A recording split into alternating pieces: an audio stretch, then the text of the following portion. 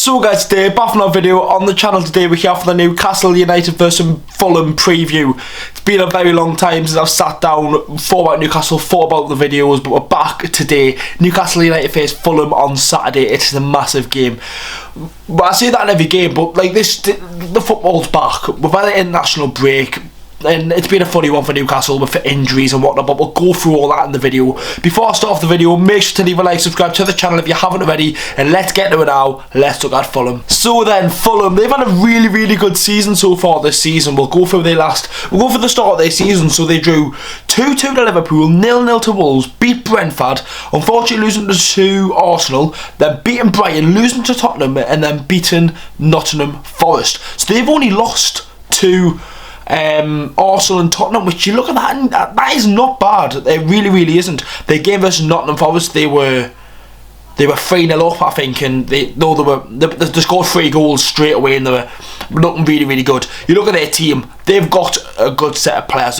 Honestly, they had a really good window in the summer. Palhinha, the Portuguese centre midfielder, Willian, he knows what he's doing with a football. And if you give him space, time, no matter if I think he's 34, he will get you goals. Obviously, the same former Newcastle man, Kevin Mbappe, what he's not really been starting as Teti, the player from the same from Lyon a couple of seasons ago, is doing bits. Sent us a Diop as a centre back option, and Brent Leno in goal, obviously leaving Arsenal to Fulham. But they've had a really good season so far this season. Obviously sending Vinicius, the former Spurs striker, Dan James on loan from Leeds. They've signed a lot of players, and you look at their team, they are going to have a good season. All the time we say when Fulham come up, they go down, and then Norwich come up, and there's that they are the yo-yo club of the Premier League. But if they keep playing the way they are under Andre Silva, they are actually going. They could easily get top 10. Without mentioning Fulham, I've not mentioned one man in the video yet. I've met him multiple times. Obviously, as you all know, former Newcastle United player Alexander Mitrovic. I don't think he's ever scored. I've jinxed it. I've jinxed it. I don't think he's ever scored against Newcastle. I've jinxed it, haven't I? Sorry, but if Mitro scores, everyone hate me. Simple, but Mitro. What does he do? Score goals. He's not the most technically gifted player. He's not the player that gets the whole media going. Can he find the back of the net? Yes. I think he's got 6 goals this season. If you give Mitro time, space, he will punish you. Time in the box. If the right man's not marking him, he will win that header. He is such a good player, and I generally think if we didn't have that, I think Eddie Howe would have got the best out of Mitro if he joined the club at 21.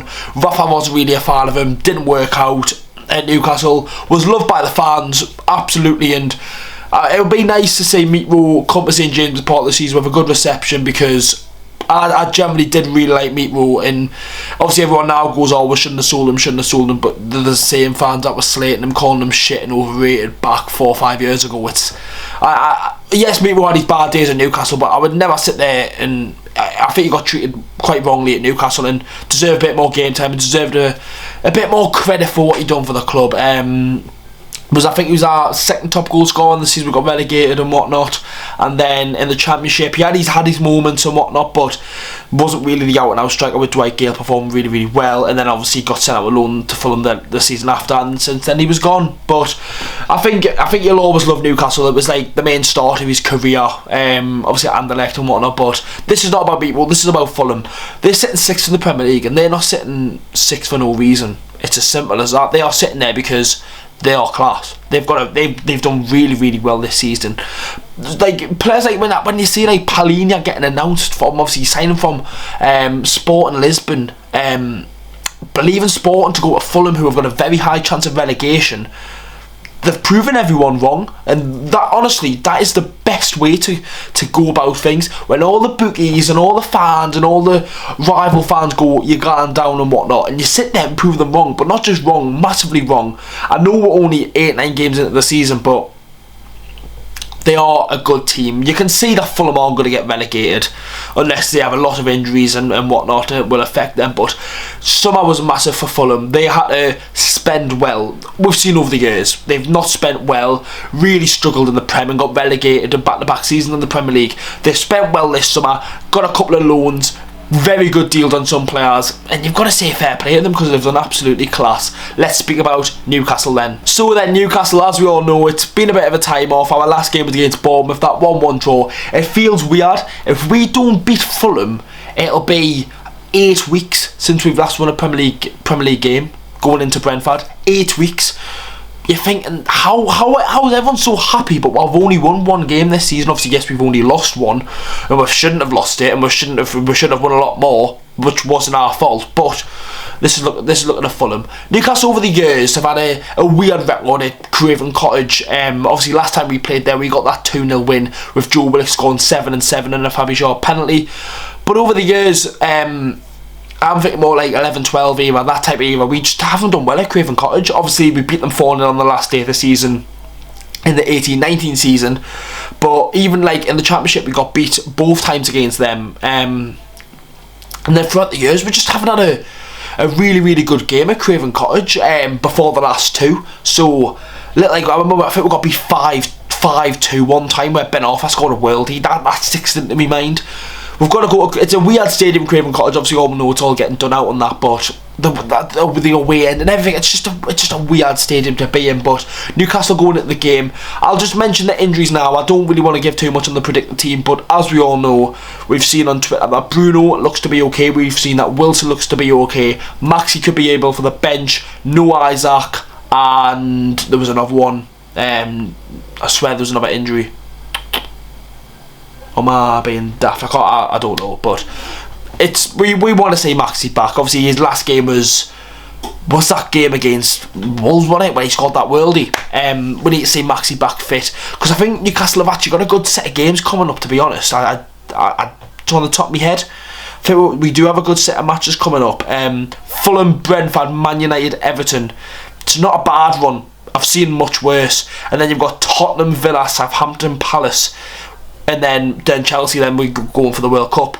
We've got a decent set of games there, and you look at it, Newcastle probably is not favourites because how good Fulham are this season, but against Bournemouth, we gave them everything. We went for the game, and they sat back and then got that lucky goal, and we can't complain about that because that's what Newcastle done under Rafa.